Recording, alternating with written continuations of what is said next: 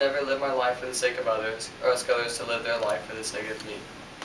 These are the words of Iron Man. In a social philosophy, this is how we decide in what way, in what means we believe what we believe in the society that we believe in, and which society will most best fit us.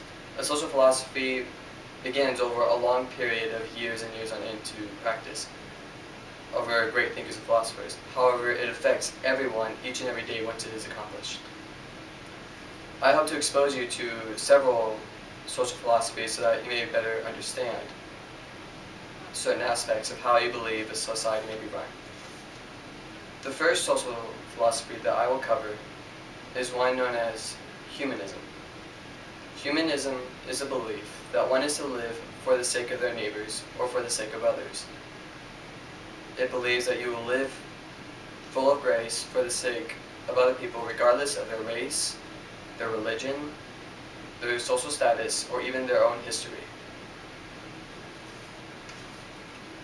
This movement of humanism began in northern Italy in the 14th century, just before the Renaissance movement. It has since then played a very highly influential role on the Enlightenment period and on the Puritan movement.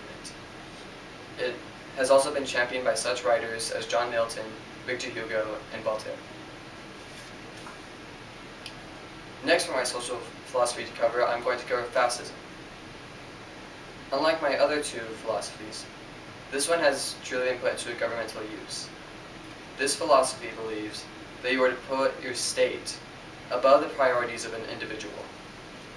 People who are fascist tend to believe that their race or their nation is dominant to all others.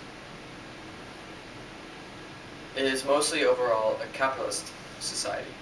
It believes in taking the capital of a society and the economy of it and combining it into one aspect under the rule of a single dictator. This movement began during the Great Depression when certain European states and nations were losing faith in their government. The very first nation to put this philosophy into practice was one in Italy under the direction of Mussolini. However, the most famous incident that's ever occurred was in Germany under the direction of Adolf Hitler.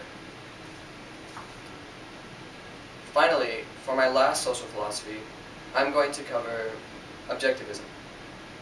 Objectivism is a contemporary philosophy that believes, unlike fascism and humanism, that you do not serve a cause greater than yourself, that you serve yourself beyond what you serve others. This does not necessarily mean that you do not serve others, only that you serve others for your own sake, or that you put yourself as a high priority beyond those others. Above all things, objectivism is an economic aspect. It believes in a complete separation between the capitalist society and the economy. It believes that rationality is the only form in which you may decide your morality, and it also is a highly laissez-faire society. Objectivism began by Russian-born American philosopher and writer Ayn Rand, who expresses her philosophy in such books as in Atlas Shrugged, which was written in 1957, and in The Virtue of Selfishness. I hope that by exposing you to very particular social philosophies, that I have encouraged a broader mindset as to what you believe a society should run for the sake of the people, and also what you believe your role in this society is.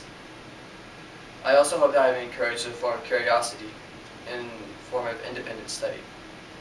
I hope that as you go through this independent study, that you will learn to broaden your own mind and to further encourage a philosophical mindset to better our society. After all, I do not expect one person to know all of these answers. As Abraham Lincoln once said, books exist so that man may know that his new ideas aren't so original after all. And that is my conclusion on social philosophies.